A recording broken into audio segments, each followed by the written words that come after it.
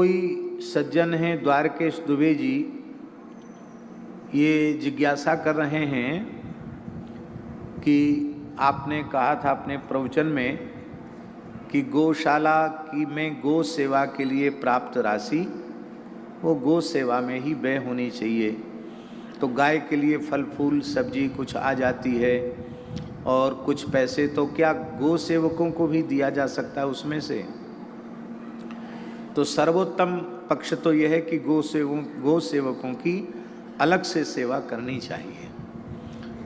पर यदि ऐसी सुविधा न हो तो ग्वाल जो है ना गौ सेवक, वे तो गाय के ही अंग हैं।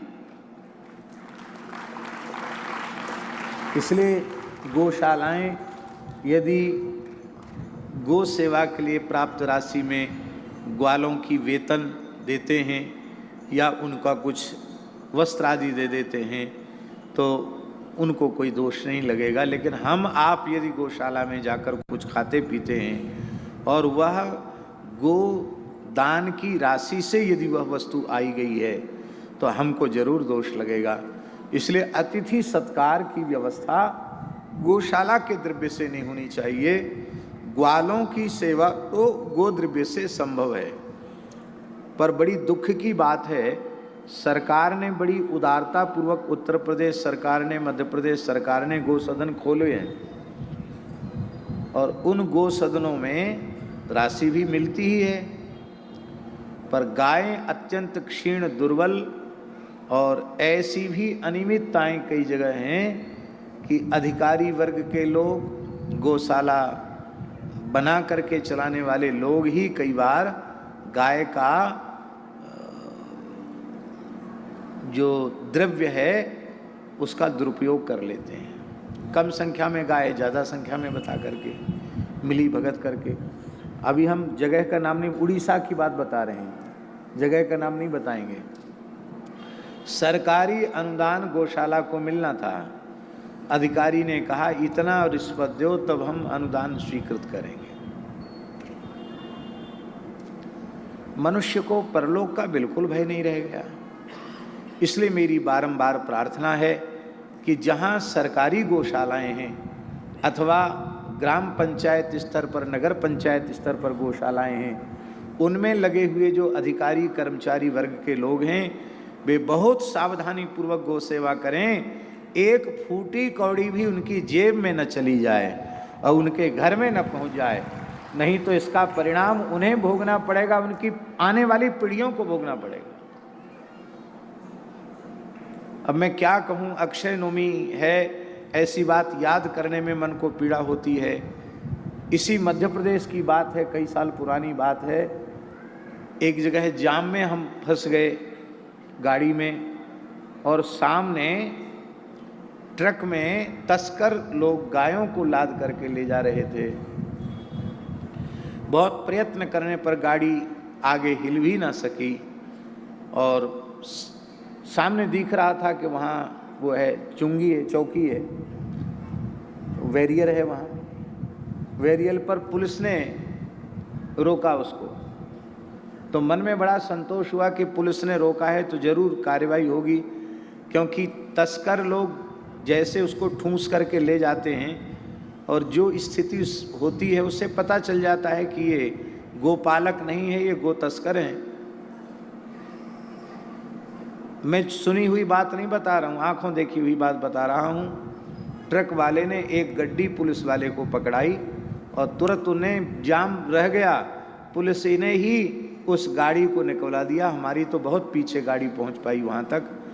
इस बात से इतनी मन को पीड़ा हुई, मन में लगा कि बताओ, ये कागज के टुकड़ों के ऊपर व्यक्ति अपने धर्म को, अपने संस्कारों को बिल्कुल सर्वथा तिरस्कृत कर रहा है, बेच रहा है। मान लो वह उस एक गड्डी से क्या घर चल जाएगा, क्या दरिद्रता नष्ट हो जाएगी, उसका परिणाम कितने जन्मों तक भोगना पड़ेगा। व्यवहारिक जीवन में शुचिता बहुत जरूरी है। यदि वो शुचिता आपके जीवन में नहीं है तो आप बाहर से धर्म कर्म का जो आडंबर करते हैं, उस आडंबर से परमात्मा रीझने वाला नहीं है। आपके जीवन में सच्चाई बहुत जरूरी है। हमारे पूज्य गुरुदेव का एक प्रसंग है, पूज्य सदगुरुदेव श्री भक्तमाली जी महाराज का। महाराज जी प्रायः मथुरा से झांसी जब आते तो आने जाने में खिड़की पर टिकट ले लेते, जनरल टिकट, और जनरल डिब्बा में ही हम लोग चलते, चाहे भीड़ हो जैसी हो, खड़े जाना पड़े, लटक के बैस जैसे जाना पड़े। 4-5 घंटे का रास्ता होता था, 5 घंटे लगता है झांसी से मथुरा, मथुरा से झांसी। महाराज जी की बुंदेलखंड की यात्राएं होती थी, तो झांसी से हम लोगों को मथुरा जाना था महाराज जी के साथ।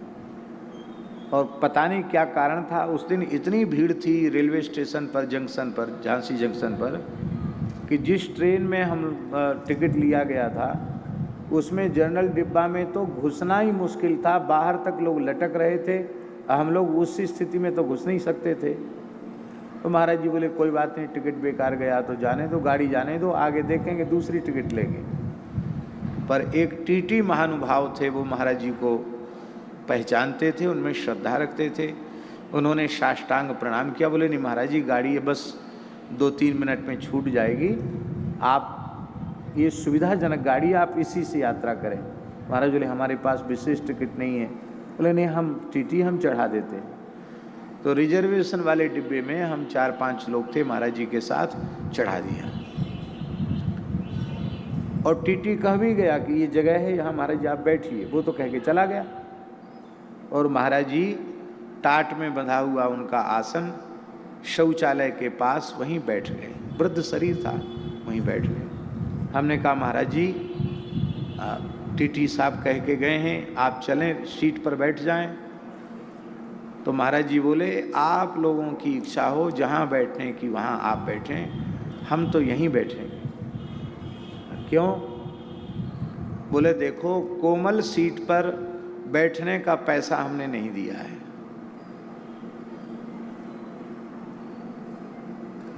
जनरल डिब्बे में बैठने का पैसा हमने दिया है, रिजर्वेशन वाले डिब्बे में नहीं। यदि हम उस सीट पर बैठकर जाएंगे तो ईश्वर की दृष्टि में चोर साबित हो जाएंगे।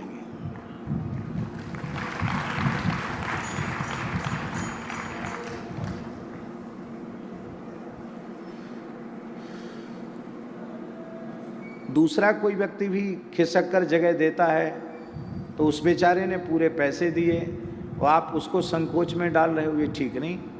अब कभी